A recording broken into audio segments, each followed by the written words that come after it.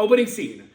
I walk into frame carrying a 6-pack of Rockstar Recovery energy drinks because I almost died on tour in spring, and I'm desperate to know what recovery tastes like. So I drink all 6, and that computer, Jesus, piston kicks my limbs into gear. I am Booster Gold, and I am the greatest hero that you've never heard of. And you are Sanctuary. You hope heroes who have seen too much.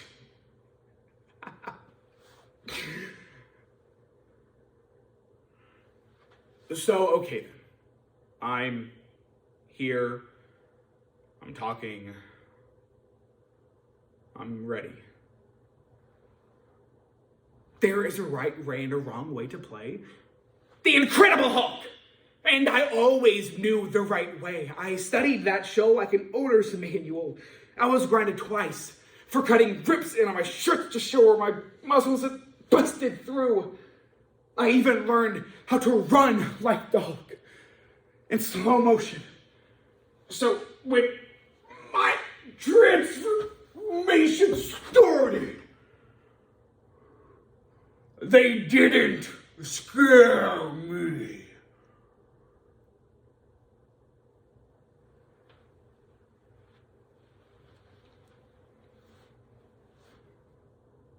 On May 30th, 2022, Disney Plus's Moon Knight premiered with astounding praise. While the show isn't the first time that mental illness has been portrayed in media, it's one of the first times that mental illness hasn't been associated with the antagonist. Although the show represents a step in the right direction, a fundamental issue still remains. The association of mental illness with the supernatural or the paranormal. When the primary form of representation for younger audiences are superheroes in sci-fi and fantasy settings, it perpetuates the idea that mental illness is something other than human, when in reality, it's what makes us human. So through the poetry, Summer of Mania by R.J. Walker, Puny Human by Doc Lubin, and In Which I Do Not Fear, Harvey Dent by Brenna Twomey, the article 10 Marvel Superheroes You Didn't Know Were Suffering from Mental Illness by Austin Michael, and the comic book series, Heroes in Crisis by Tom King. The program. Because mental illness isn't a page-turner.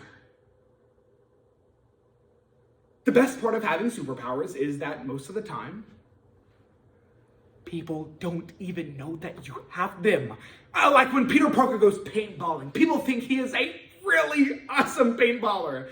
And he totally gets away with using his spidey senses. And on the days that I get out of bed and eat 3 meals, none of which are Hot Pockets, people can't tell that right then. I am using my superpowers. Got to explosive diarrhea from all the caffeine. This is not what recovery is supposed to feel like. It's disgusting and messy, and neckbeard Jesus is laughing in the stall next to me. Got to the last day of summer. I don't know why I'm yelling, but something has probably hurt me, and that thing is probably me. Many issues of Moon Knight comics involve the hero not only battling psychopathic villains, but his own psyche. His struggle to both remain sane and save the innocent makes for some very compelling stories. There are a lot of things that are okay when you were a kid that stop being okay when you get older. Like telling your adult employer that you can't come into work this week because you physically can't stop crying.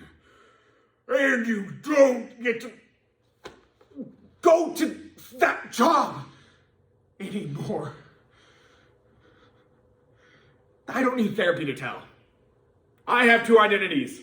Clark was clumsy, Superman was reliable, but which one was I? God, I'd never talk about it like this. I can't. I guess to be a hero, you have to be perfect. This isn't Perfect. Got to...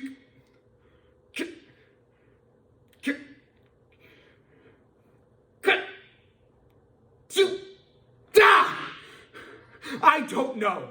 Sometimes I'm doing so much I don't know where I am or what time it is. All I can do is focus on whatever is in front of me. And sometimes my friends think I hate them because all I can do is stare at my fucking hands.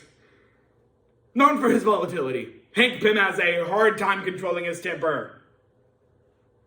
One time, he even hit his wife, Janet.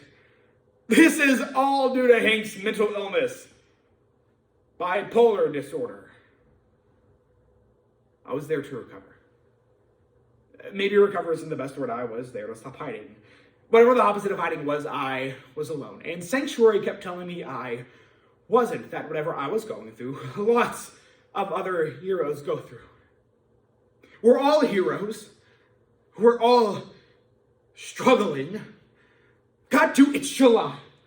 And I am a tree growing from the stump of another tree, dreaming of forest fires and old birds' nests. Got to, this fucking mania. Like an electric sun, automating all of my bad decisions, making my mistakes seem so efficient. There is a reason that panic attacks are not called panic attacks. They are the worst kind of villain, creeping in unnoticed until you can't imagine any superpower that could ever overcome them, until you have to explain to the doctor, it's not that I have mental illness.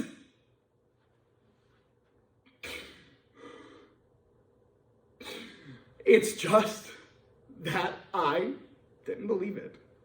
I felt like this pain can't be in others or else I'd see it on them. But Sanctuary is anonymous. That's what it said. The data would be broken into a billion pieces and would take forever to piece back together. It took the fastest man in the world 10 seconds.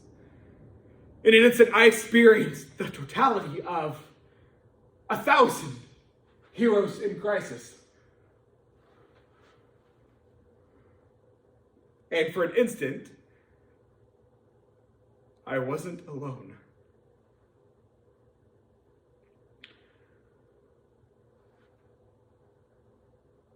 It broke me.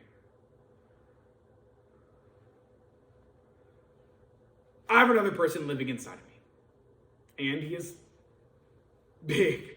It is mean.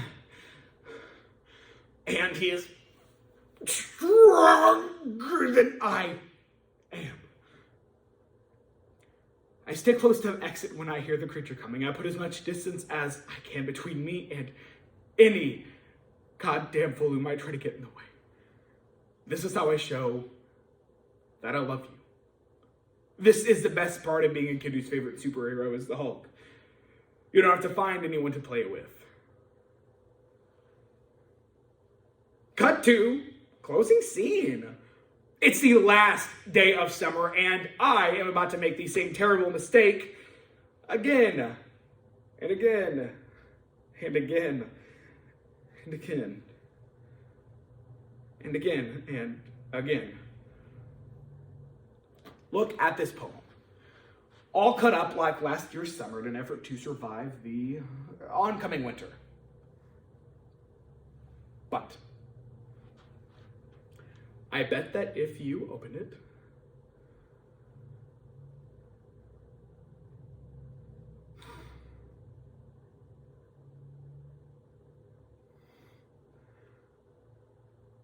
it would look like a snowflake.